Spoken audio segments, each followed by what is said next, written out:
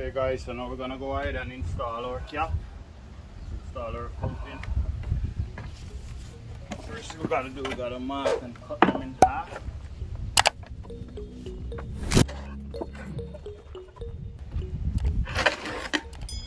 We're just gonna measure it 21 1/4.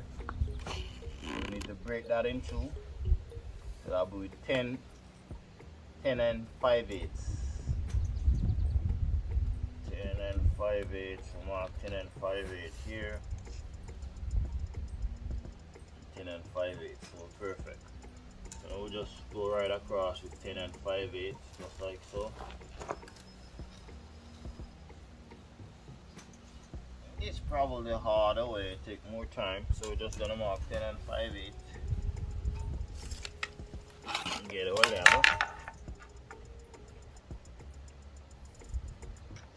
Square it across. Same thing over here, 10 and 5/8, because it's the same measurement both way, right?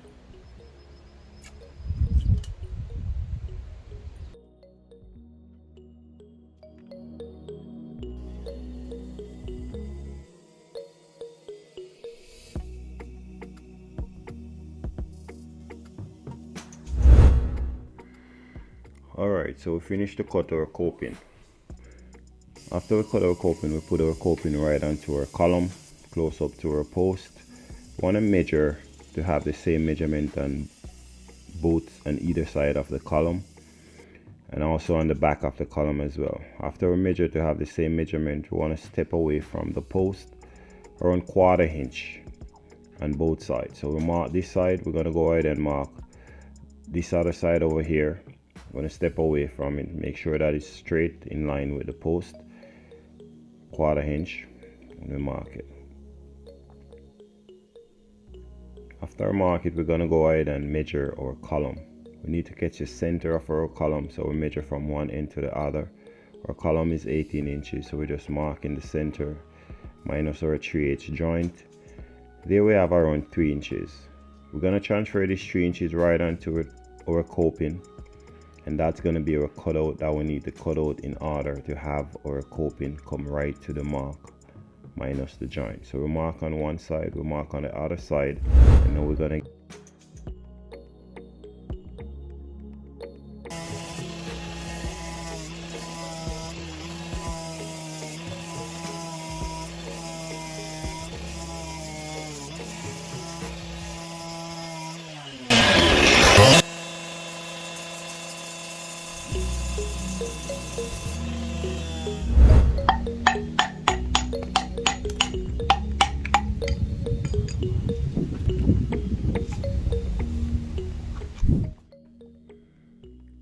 now that when we cut it out, we need to fit it. We need to get our tape and measure to make sure that the measurement is the same on both sides of the column. So we need to measure here, the back, and the other end of the coping as well. We need to also measure the other side, just to make sure that we have the same measurement that we have here, which is around 1 3/4.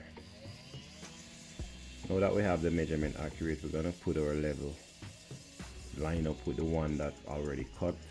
We're trying to get it to line up with this one that we're about to mark to cut as well, because after we cut it, we want to make sure that both of them are in line with each other. So as you see here, I'm just banging it over a little bit so that way I have it in line. Once I have it in line, we're going to go and do the same thing that we did with the other one. We're going to step away 1/4 inch from the post, mark it. We're going to mark the other side, step away 1/4 inch, and mark it right down. Now we need to measure the space that we have in the middle here, minus the 3/8 joint, and we mark that right onto our coping, mark that right across, and boom bam, it fit perfectly. So this cut works all the time. Now take a look at it from all angles. It's perfectly square like it's supposed to be. If you follow this strategy that I'm showing you guys, it should be the same way for you. So do it just the same way you see I did it here. Once we cut that one, we cut this one. We're going to line up both of them with each other. That way all of them line up with each other before we go ahead and put mortar to install it. So that's going to be our next step now, is to line them up with each other. Don't forget to give the video a thumbs up. That's all I ask from you guys. It takes a lot of time to put these contents together so that you guys can watch and learn from. So give the video a thumbs up, and if you haven't already, subscribe. Ryan would love to have you a part of our team. I would love to have you on board. So subscribe. We're on our way to hit 100,000 subscribers before the end of the year. So subscribe and be a part of the team. So here I'm putting on my mortar onto my stone. It's a little bit too soft, but it's doable. We're still gonna go ahead and use it. This is the way Chris make it, but it still can use. Afterwards, we're just gonna use our slicker and fill it properly, and then hit the bottom afterwards. Now we're just gonna go ahead and just install our coping. Want to make sure that we have it not 100% level, because we want to have some form of slope. That way, or there is no water settle onto our coping.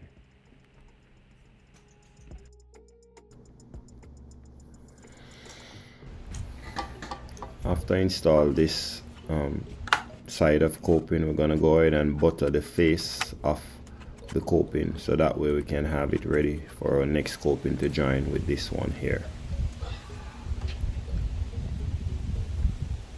Gonna put it right down and knock it down to the same level as the other one, and afterwards we're gonna put our level across to make sure that it's level with the other one that's going across. Want to maintain the same slope that we catch with that one, so we want to make sure that our level is sitting down perfectly level with the other one that's already laid.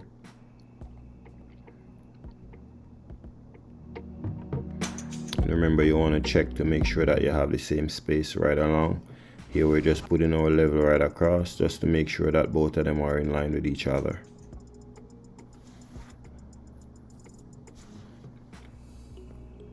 You need to do the same thing on the other side, even though if you do it on one side it should be perfect, because both coping cut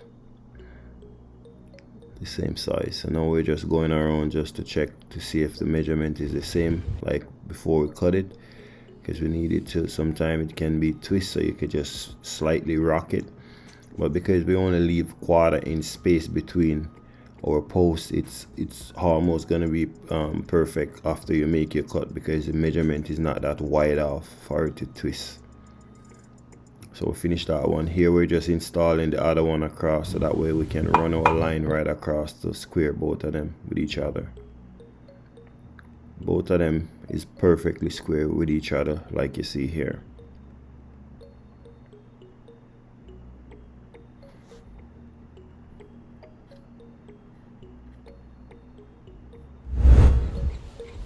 Now we're going ahead and we're just doing some joints. You want to get your jointer, you can find this jointer and slicker at your local hardware. You also want to use your slicker to fill underneath the bottom. Make sure it fills properly, that way it holds and lasts forever. We want to build so that it lasts. We're not trying to build for it to last for 1 or 2 years. We're built for it to last forever. So do the job properly, don't take no corner, no rush. After we finish the door joint, we're gonna get a broom. You can pick up a broom from your local hardware or your Dollarama store, and we're just gonna go ahead and broom it out, just like you see I'm doing here. Here we have Chris while I'm doing the other one over here. Chris is just cleaning up. Get a piece of sponge with some clean water, wipe away. Okay guys, well there you have it. Hope you get value from this video. If you do get value from this video, go ahead and give it a thumbs up and subscribe for more upcoming video like this one. Thank you for watching as always, and I'll see you in the next one. Peace out.